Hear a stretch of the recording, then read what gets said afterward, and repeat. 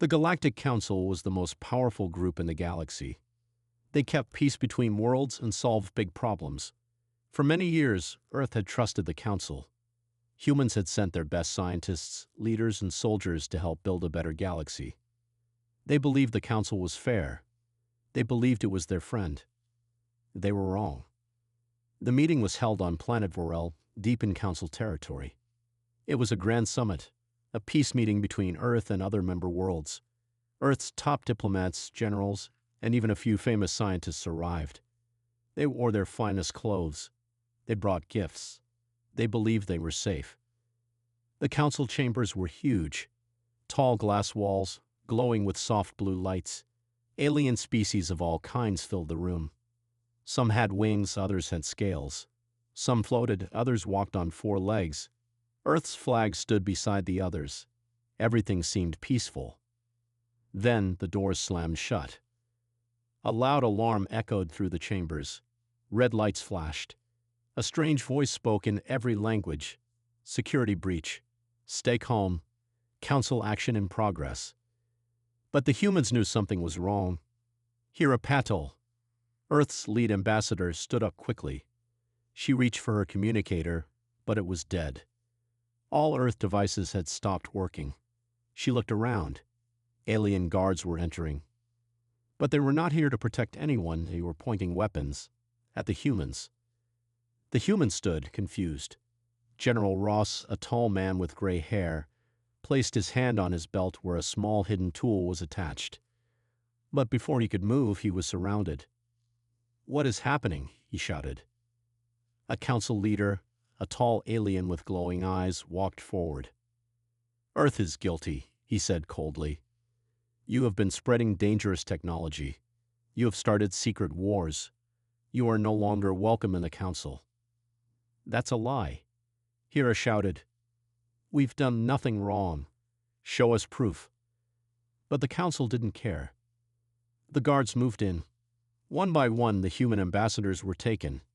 They fought, they shouted, but they were outnumbered. Earth's best minds, trapped in a room that was supposed to be safe. Above the chambers, in a hidden hallway, one man was watching. His name was Commander Jace Nolan. He was not part of the peace team.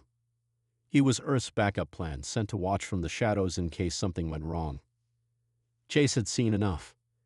He pressed a button on his wrist. His hidden suit cloaked his body. He became invisible. Slowly, carefully, he slipped into a dark vent and made his escape. Outside the chamber, chaos had begun. Alien news drones flew around, recording fake reports. The council told the galaxy, "Earth broke the peace. Earth must be punished." Most planets believed it. They had no reason not to. But Earth was watching too. Jace made it to a small ship docked in a secret bay. He started the engine, dodged the patrols, and flew into space. His ship was fast but not strong. He knew he couldn't fight. All he had to do was send one message. One message to Earth. Back on Earth, in a secure underground command room, General Ayla Tran received the signal. She read Jace's message twice. Then she stood up. "Code Black," she said to the officers around her. "They betrayed us. Prepare the fleets." Across Earth's orbit, old warships came to life. Engines powered up. Shields activated. Hidden satellites began sending data. The Ghost Fleet, Earth's most secret defense force, was waking up. But they would not strike yet. Earth stayed silent. The council laughed. They thought Earth was weak, that humans would beg, that they had broken Earth's spirit. But they had forgotten one thing. Earth never forgives betrayal. And Earth never forgets. Council command had never been so quiet. No one laughed in the meeting halls. No one bragged about the strength of their fleets. Everyone now spoke in hushed voices. Even the guards outside walked slower, as if the silence could protect them. Because now, every officer, every general, every leader had the same fear. Where will the Ghost Fleet strike next? The Council's Grand Army had been trained for open battle, loud, fast, and full of power. But this war was different. The enemy was invisible. Ships vanished before sending alarms. Bases were hit without noise or warning. Satellites showed flashes of light, then nothing. And always the same message came after every strike. You betrayed the wrong world. Some began calling it the Shadow War. On the planet Charon IV, an important council factory worked day and night, building new battle drones. It had guards, defense walls, and sky cannons. Council generals believed it was safe. But that night the sky turned dark, darker than normal. The stars vanished. Then silence. One by one, the lights in the factory died. The alarms didn't ring. The soldiers didn't even have time to grab weapons. A black shape hovered above the main tower. It didn't shoot lasers or missiles. It simply released a pulse of energy. Every machine stopped. The drones collapsed. Screens flickered. Doors sealed shut. When the council finally arrived hours later, the factory was still standing. Nothing was broken, but nothing worked either. Inside the command room, someone had carved 2 words into the main console. We're watching. Back on Earth's flagship nemesis, General Ayla Tran watched the map. Her team had marked every council base hit so far. Red circles covered the edges of council space like fires spreading through dry grass. Commander Jace Nolan entered the room. His face was calm, but his eyes burned with purpose. The council thought they could erase us from history, he said. But now we're writing a new chapter, one they'll never forget. General Tran nodded. Fear is our weapon now. Not just missiles, not just ships, fear. And it was working. Across council space, rumors were growing. One story said the Ghost Fleet could fly through solid rock. Another claimed Earth had made deals with old star demons. One planet even banned the word Nemesis from all broadcasts, afraid it might bring the ship near. Even council soldiers began to doubt. Some left their posts at night. Some refused to board ships. Some simply whispered, I don't want to vanish. In a dark part of council territory, an admiral named Kellen made a desperate plan. He gathered 10 warships and ordered them to sweep the sector. He believed if they moved together, they could find the Ghost Fleet and destroy it. They flew in perfect formation. Lights on, weapons charged, eyes on every screen. For 3 days they searched. Nothing. On the 4th day, a scout ship saw movement near a dead asteroid field. They followed. Closer, closer. Then dawn. The scout ship vanished from radar. Admiral Kellon panicked. Raised shields. Weapons ready. But before his order finished, boom. A silent energy wave hit one of the cruisers. Its power failed instantly. It floated lifeless in space, spinning slowly. The other ships turned, trying to run, but another vanished in a flash of black light. Kellen screamed, Where are they? Show me the enemy. But the radar showed nothing. The Ghost Fleet didn't fight like the Council. It didn't chase. It didn't talk. It simply appeared, struck, and disappeared again. Of the 10 ships Killon had, only 2 escaped. The rest? Gone. And back at Council HQ, the message arrived again, simple and cold. Fire from the shadows. The sky remembers. On Earth, for the first time in weeks, a broadcast went live. It was Commander Jace Nolan. No background, just him, staring into the camera. To the Council, he said, You thought silence meant weakness. You were wrong. You tried to erase us. Now your fleets vanish. Your cities wait in fear. You see shadows where there are none. You sleep with lights on. He paused. You started this war with lies. We will end it with truth. Earth is not scared. Earth is awake. Then the screen went black. The message echoed across 1,000 systems. The silence had spoken again. The Galactic Council had ruled the stars for centuries. They had the biggest fleets, the strongest weapons, the widest alliances. But now something was changing. Ships were going missing. Convoys were disappearing. Patrols were vanishing without a trace. No one saw battles. No one heard explosions. Just silence. A cold, dark silence spreading across sectors like a shadow. And every time it happened, one strange signal followed. The ghost fleet has returned. At first, the council denied it. They said it was a myth, a human story to scare children, a name used in Earth's darkest wars. When things had gotten so bad, Earth used invisible warships and silent weapons to fight back. The council had ordered those ships destroyed, and Earth had agreed. But now those ghost ships were back, and no one could stop them. Council Admiral Riven stood inside the command deck of his personal cruiser Sovereign Fire. Around him, giant holoscreens showed the map of Sector 14, where the latest ship had vanished. "It's not pirates," he said sharply. "No pirate kills without looting. No rebel has this tech. Only one planet ever built ships like these." "Earth," a young officer whispered. Admiral Riven nodded, then added, "And we made the mistake of letting them live." Meanwhile, far from Council space, in the black stretch of unclaimed stars, a massive fleet floated in silence. The ships had no lights, no markings, no signals, just silence. This was the Ghost Fleet. Each ship had been rebuilt in secret, deep underground, far from eyes and ears. They were covered in anti-scam materials. Their weapons could shut down targets without a sound. They didn't use normal engines. They didn't show on most radars. They were Earth's oldest warships, now more deadly than ever. At the center was the flagship, Nemesis. Inside Nemesis, General Ayla Tran stood before a glowing war table.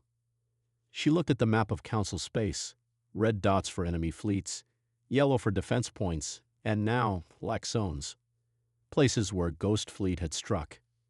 "We will not destroy their cities," she said. "We will not kill civilians, but we will take their pride." Commander Jace Nolan stepped forward. "And we will remind them why humans are not to be betrayed." Back in Council space, fear was spreading. Merchants refused to travel. Border worlds stopped sending updates. Even some Council captains left their posts. Then it happened. One of the Council's largest fleets, -12 ships guarding the gateway to their capital planet, was wiped out. Not a single shot was heard by nearby stations. One moment the fleet was there. The next it was gone.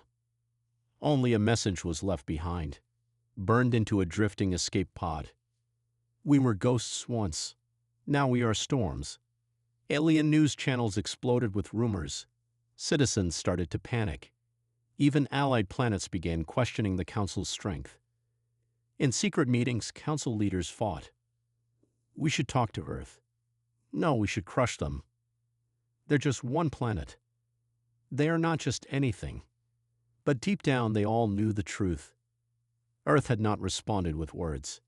It had responded with fear. A week later, a captured pirate ship was brought into a Council base. Its crew was terrified, shaking, eyes wide. One of them, a small creature with blue skin and cracked horns, kept repeating the same sentence. "Black ship. No lights. No sound. Just death. Just death." The officer asked, "Did you see the flag?" The creature nodded. It had no flag, only a name. "What name?" The creature leaned forward, whispering like it was a curse, "Nemesis." At that moment, above a quiet moon near Council space, the Nemesis hovered, silent, invisible. Its crew waited for the next order. General Tran looked at her officers. They wanted silence. "Let's give it to them." And with a single wave of her hand, the Ghost Fleet moved again, deeper into enemy territory, like shadows under a dying star. The Galactic Council had made their move. They betrayed Earth, captured its ambassadors, and spread lies across the stars. Planets everywhere believed the Council's message. Earth is dangerous. Earth must be punished. But Earth did not reply. No protests, no speeches, no messages, just silence. The silence made the galaxy uneasy. Some thought Earth had accepted defeat. Others believed humans were scared. A few even joked about it. News anchors on alien worlds laughed on live shows. Memes spread across networks. Earth flags covered in chains, humans crying in fear. But far from those laughs, something was happening on the dark side of the moon. In a hidden base buried under layers of rock and metal, Earth's top commanders were planning. They sat in silence, watching the same message again and again, Commander Jace Nolan's transmission from planet Vorel. General Ayla Tran stood at the center of the room. Her face was calm, but her eyes burned with fire. "They think silence means fear," she said softly. "They're wrong. It means focus." Across Earth, war factories lit up. Engineers worked non-stop. Old ships were pulled from dry docks and given new weapons. AI war brains were plugged in for the first time in years. Satellite defense nets came online. Still, no public news. No galactic broadcast. Earth was preparing in the shadows. Deep in orbit, something darker was waking. The Ghost Fleet. These ships were different. No glowing colors. No open ports. They were black. Black like space itself. They had no ID codes, no light trails, no names painted on the sides. Some of them were invisible to radar. Others could silence enemy ships just by getting close. The Ghost Fleet had been shut down after Earth's last big war. The Council had asked for it. Earth had agreed. But now, the Council had broken that peace. Back in Council space, everything seemed normal. Trade ships moved between planets. Patrol ships scanned borders. But slowly, something began to change. One day, a Council convoy near the edge of Sector 9 vanished. No signal. No wreckage. A few days later, a mining station on Moon T3 stopped responding. The last camera feed showed a shadow passing overhead. Then black.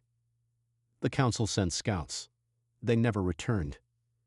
At first, the Council blamed pirates, then rebels. Then they said it was just bad luck. But inside their war rooms, the truth was becoming clear. "It's Earth," said Council Admiral Riven, watching the patterns. "Only Earth has this kind of silence. This kind of precision." But even as Council officers grew nervous, their leaders remained proud. "Earth won't dare attack us," said High Speaker Kale. "We are too powerful. Their silence is weakness." He was wrong. On Earth, Commander Jace Nolan had returned. He stood beside General Tran, his arm in a sling, face tired but strong. "They laughed when I escaped," he said. "They think we'll talk, negotiate, play fair." He paused and added, "I think it's time we show them what silence really means." That night, an old Earth ship called Vanguard 17 left orbit. It was small, black, and fast. No one knew it had launched. It reached the edge of Council space 2 days later. A patrol ship spotted it, but only for a second. Before it could send a signal, Vanguard 17 fired a silent beam. The patrol ship shut down. No explosion, no noise, just dead silence. A day later, a strange message appeared on Council channels. It had no sound, no video, just words in Galactic Common. "You broke the peace. Now the silence speaks." The Council panicked. They sent warships to protect major planets. They tried to find Earth's fleets. But the more they searched, the more they found nothing. The silence was growing. The Council's pride was broken. In just a few months, their ships had vanished. Their bases were dark. Their soldiers were scared. And their people had stopped believing in them. They had ruled the stars with fear. Now fear ruled them. Council leaders met in a secret chamber on Volta Prime. The walls were thick. The guards were trusted. But even here, the room was tense. No one sat at the head of the table. No one dared. They spoke in quick, angry voices. "We must strike Earth now," one shouted. "With what fleet?" Another asked. "We don't even know where the Ghost Fleet is." A silent scream behind them flickered. Then a face appeared. General Ayla Tran. The Council gasped. "You're not supposed to be here," one whispered. Ayla's eyes were calm, cold, full of memory. "You betrayed Earth. You laughed when we begged for peace. You took what was ours. Now you take back something of yours. The council leader stood. Is this a declaration of war? Ayla shook her head slowly. This is the answer to yours. Then the screen went black. Seconds later, every light in the council chamber went out. In the sky above Volta Prime, the ghost fleet arrived, not with explosions, but with precision. Their weapons didn't destroy cities. They shut down satellites, cut power grids, froze starports. No deaths, no fire. But complete silence. The entire capital planet was paralyzed. Far across space on Earth, people stood together in a massive hall. Old veterans, young students, engineers, pilots, families. They watched the live feed of Volta Prime's blackout, and they didn't cheer. They didn't laugh.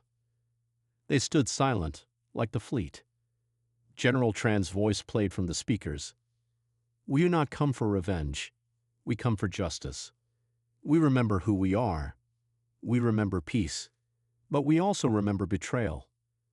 And Earth remembers everything. Tears filled the eyes of some watching. This wasn't just war. This was a message to every species in the galaxy. Never underestimate humanity. The Council finally surrendered. They called for a ceasefire. No conditions. No demands. Just one request. Please stop the silence. General Tran answered with only one word. Peace. The Ghost Fleet pulled back. Its ships faded from Council skies. No one followed them. No one dared. They had appeared from the shadows and disappeared the same way. But the fear stayed behind. Years passed. The galaxy slowly healed. Treaties were signed. Borders redrawn. Memories faded. But on every planet, from the richest city to the smallest moon, one warning remained. Do not betray Earth. On Earth, the Ghost Fleet was never shown in parades, never given medals, never put in books. But they were remembered. Because in the darkest hour, when the stars turned cold and the galaxy turned its back, Earth stood alone, and still won. A new generation grew up hearing the stories.